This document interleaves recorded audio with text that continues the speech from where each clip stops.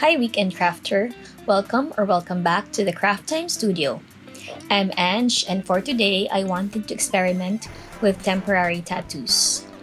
I've been seeing a lot of short tutorials on Instagram on how to put temporary tattoos on clay, and I wanted to find out for myself how to use these transfer tattoos properly. For materials, you will of course need temporary tattoos. Fortunately, I already had some on hand, so I didn't need to buy any.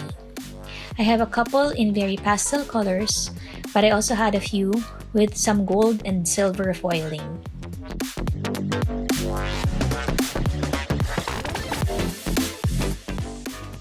You will also need your clay cutters. By the way, this is my cutter storage.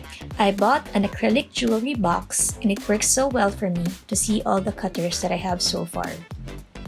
So if you're wanting to organize your stuff, I definitely recommend getting one of these. Later on, I will also use a glaze, a brush, and some clay. For the first experiment, I will put the temporary tattoo first on unbaked clay. I wanted to see if this was actually possible. I rolled out the clay into the number 3 setting.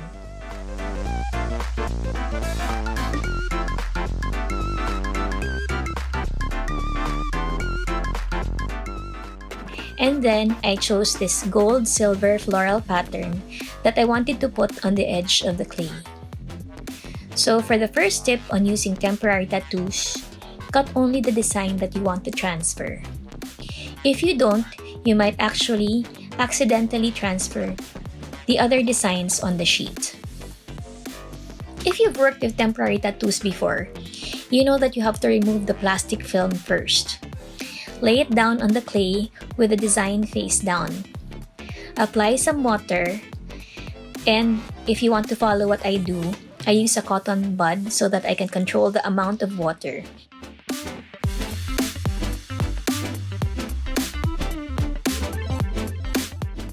Let it stay for a bit until it's absorbed.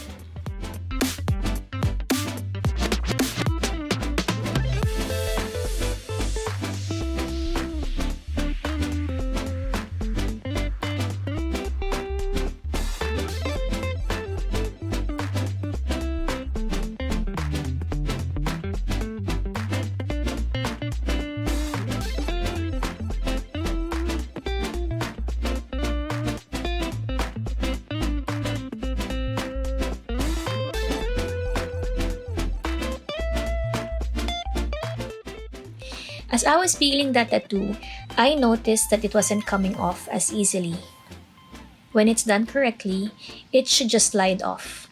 But I was thinking that it's either the kind of tattoo that I'm using, or it was because the clay was so sticky that the paper backing was sticking to it.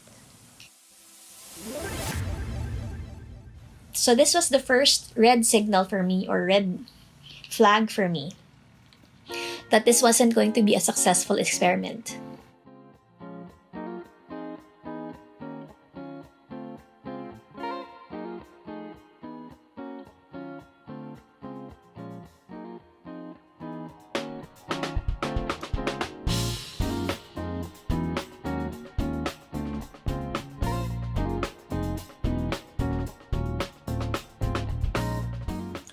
So after the design got transferred, I brought out my puncher and punched my shapes.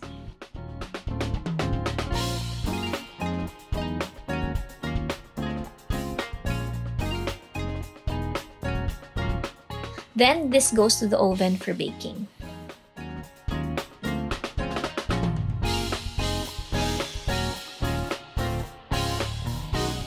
So to have some comparison, I did the exact same procedure of rolling out my clay into the number 3 setting and then cutting it. But instead of putting the tattoo, I will bake this piece first.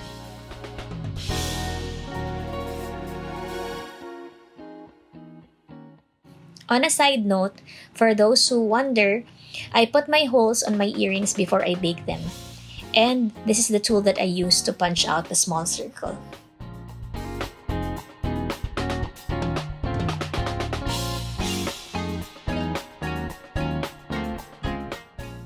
So my pieces are finally baked.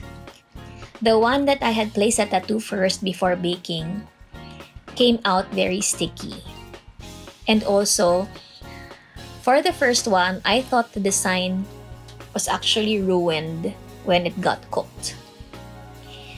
I thought that maybe if I put some mica on it, the stickiness would be reduced, but unfortunately, it also did not improve how it looked.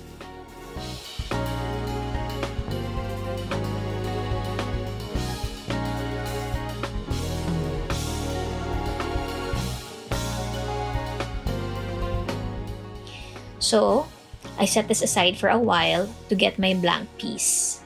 Now that this blank piece has cooled down, I will put the tattoo already on it. But before doing that, I first trace the cutter on the tattoo that I would be using to get the exact size that I need.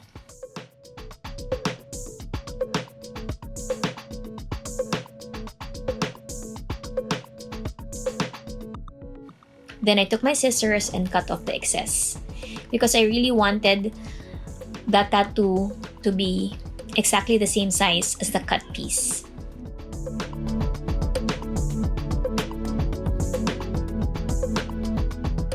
I got my pieces and I transferred the tattoo to it using the exact same technique.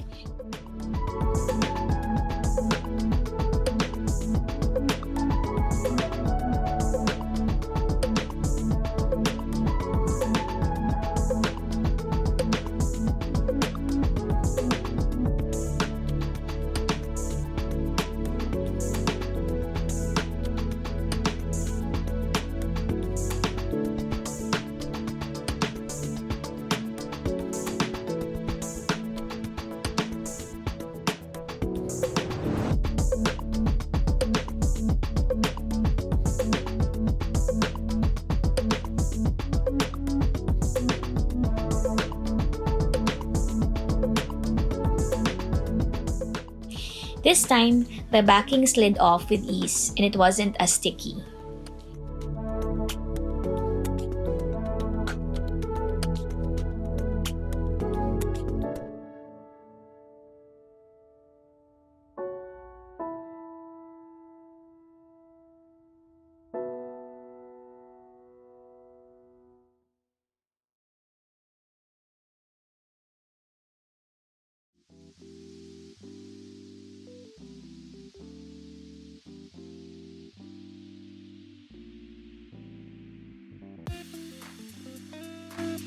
But that doesn't mean that I can leave it as that. I wouldn't feel comfortable with something like this, and I think that it would rub off after a few uses. So I decided that it had to be glazed. Of course, if you're also comfortable with using resin, then you can use this to seal your work. I practiced some more using other baked pieces. And as usual, I made sure that the tattoo that I used was the exact same size of the piece that I was going to transfer to. So that's the second tip that I want to share with you, that you really have to make sure that if you're using baked pieces, just to measure it out using the cutter and then cutting the exact size that you need. This also prevents the entire thing from being sticky. So I made a few pieces. My review is actually that if the tattoo is really interesting, like in some of these pieces that I chose, this kind of tribal bohemian design, or I know that I can't replicate the same gold foil design on my pieces, then a temporary tattoo would be a good idea. But generally, this is not something that I would, for myself, use as often, because it does, for me, it stifles my creativity because I'd have to work with the designs of the tattoo. But again, this is really your own preference. If you're able to get tattoos that are very interesting or have very interesting designs, then this is something that you would want to consider. Plus, It's also quite easy to use once you've already mastered the steps on how to do this properly. It's also a great way to cover up bubbles in your clay.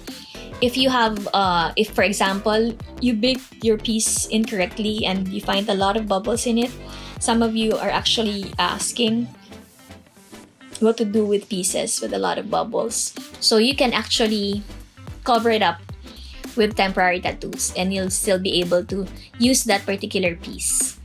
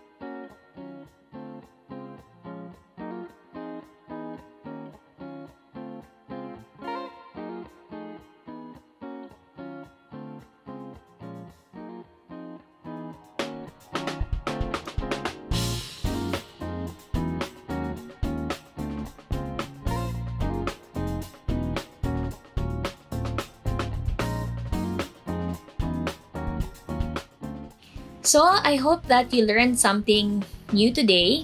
If you haven't yet, do consider liking and subscribing to the Craft Time Studio. And if you want to see what I'm up to during the week, you can also visit my IG at crafttime.ph. Thank you for watching. Have a crafty weekend. Bye!